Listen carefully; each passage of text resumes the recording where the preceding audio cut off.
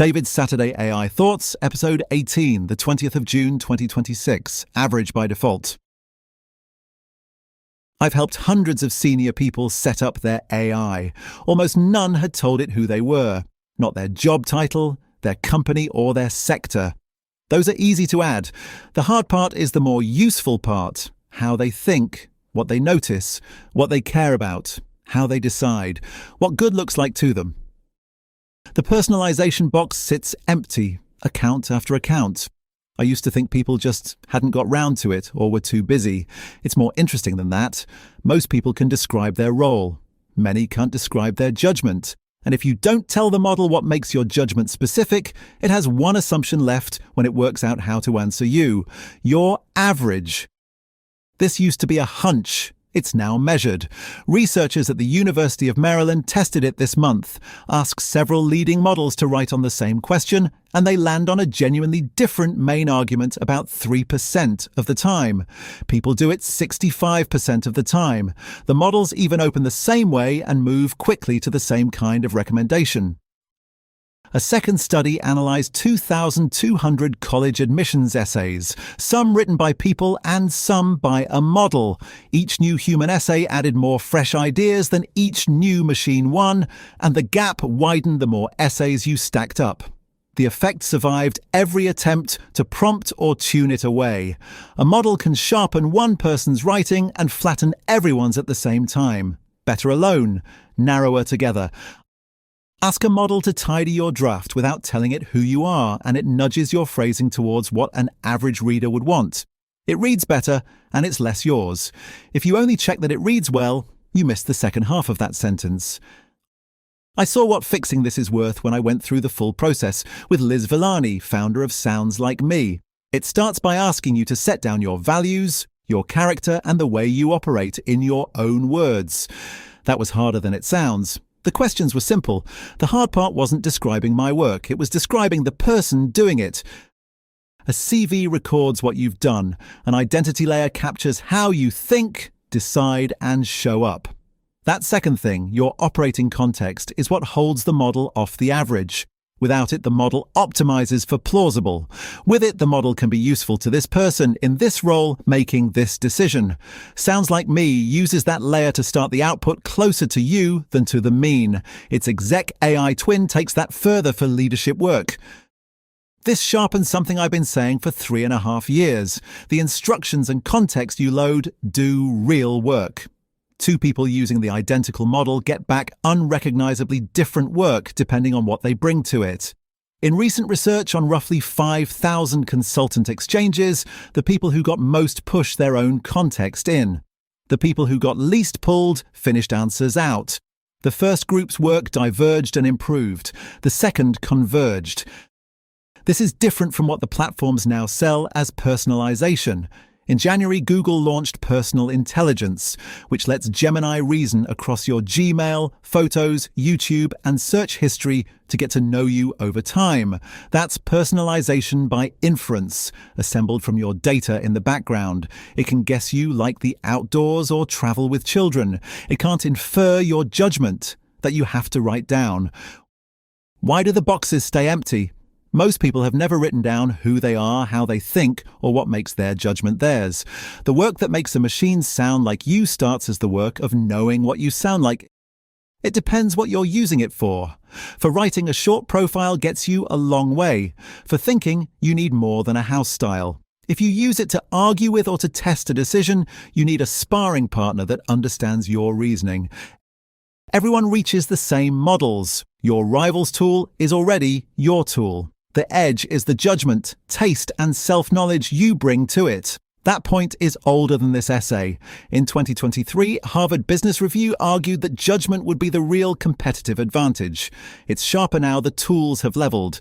And unlike every other part of your setup, your self-knowledge moves with you when you switch systems. The empty box is the most useful question the whole product asks. Who are you and how do you want the machine to work with you? Answer it, and average stops being the default.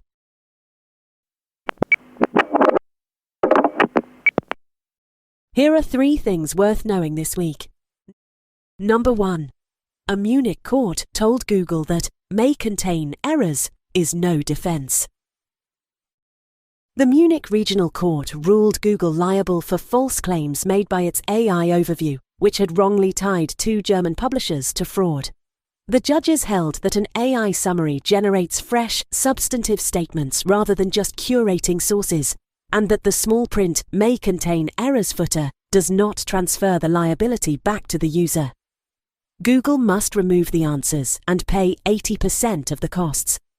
Every major AI provider leans on the same disclaimer to cover confidently wrong answers. A court has now said it does not work. If your organization publishes AI output to customers, regulators, or staff, the footer that has been doing the legal lifting may not protect you next time. Number 2. Commercially available AI flagged early breast cancer 6 years before clinical diagnosis. Researchers at the Karolinska Institute, the Swedish medical university, published a study showing that off-the-shelf AI systems flagged early warning signs of breast cancer in roughly 20% of patients, a full 6 years before a clinical diagnosis, rising to around 40% at 2 years out. The analysis ran across nearly 89,000 mammograms from more than 31,000 patients. 3 of the tools tested are already commercially available. Pattern recognition at scale is what AI does best. Here, it buys years of warning on a disease where early detection saves lives, and the bottleneck is no longer capability. It is deployment, trust, and who owns the answer. Number 3. Anthropic studied 400,000 coding sessions and found the tool is leveling people while moving the real gap up to firms. Anthropic analysed 400,000 sessions of its coding agent across roughly 235,000 people. Engineers did well, and so, surprisingly, did almost everyone else. Across the 10 largest professions, success rates landed within 7 points of professional engineers, and managers came out ahead. An accountant who had never written a line of code, but knew which rule a month-end reconciliation had to enforce, was rated an expert. A senior engineer on an unfamiliar task was not. What carries a session is understanding the problem, not the craft. So the gap between people is closing. The part everyone skips is that it has moved up a level rather than vanished from between people to between firms.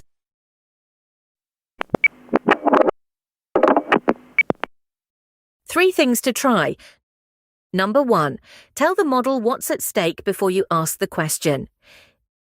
In a coaching session this week, a senior leader asked Claude to advise on a question relating to government policy.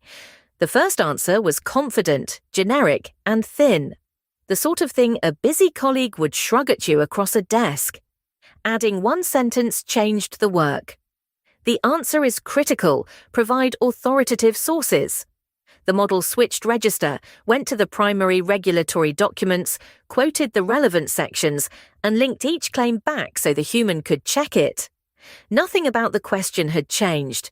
The model simply hadn't known the stakes. Number 2, stamp every AI output raw, not yet checked, until you've taken ownership. Mentoring Ethan, our placement year researcher running an interview project, this advice landed as a rule for any document created by AI. It's either raw AI output, or it's something you've checked, edited, and will stand behind. Set your tool to auto-stamp every output with a line saying raw AI output, not yet checked, edited and owned, and leave it there. Removing the stamp by hand becomes the deliberate act of taking ownership.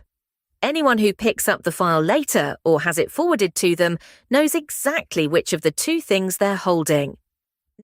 Number 3, book a meeting with yourself, hit transcribe, ramble for 15 minutes.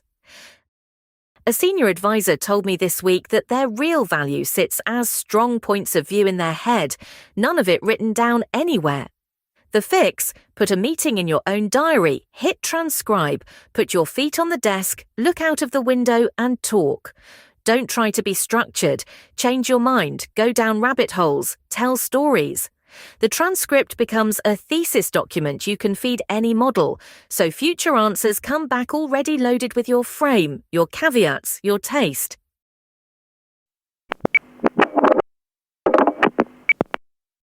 What readers said. One reader reframed the question itself. The issue isn't incentive structure.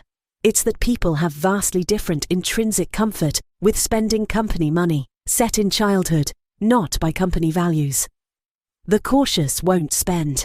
The relaxed won't judge. That, this reader argued, is the variable to manage. A senior AI lead pushed harder on the practical end. There is no decent model yet for measuring cost against benefit, partly because nobody wants to audit usage and look paternalistic. How do you do it well? An associate building a market model under a 4-day deadline supplied a lived example. Heavy reliance on the dearest model, weaker at building from scratch, but, in their words, genuinely impressive at structuring and wiring. The prompting drove cost up. It paid for itself anyway.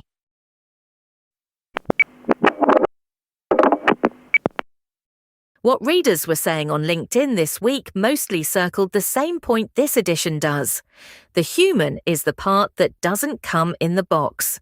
John Middlemiss, founder of Impact, a consultancy on performance, AI and customer trust, came back from London Tech Week with a warning that scaling AI is not the same as creating value. Michael Nevsky, Director of Global Insights at Visa, the payments company, on what lasts when the market shifts weekly, composure and judgment. Clients want the hole in the wall, not the drill. And Fiona Eastwood, Global CEO of Merlin Entertainments, on why AI makes communication, judgment and emotional intelligence more valuable, not less. The edge keeps turning out to be the part nobody wrote down.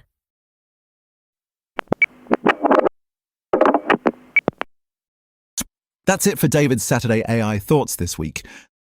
This is a faithful reading of the email edition. The full written version with all the links and sources, plus 12 bits that didn't fit, full reader letters, and full community voices is at stedman.ai.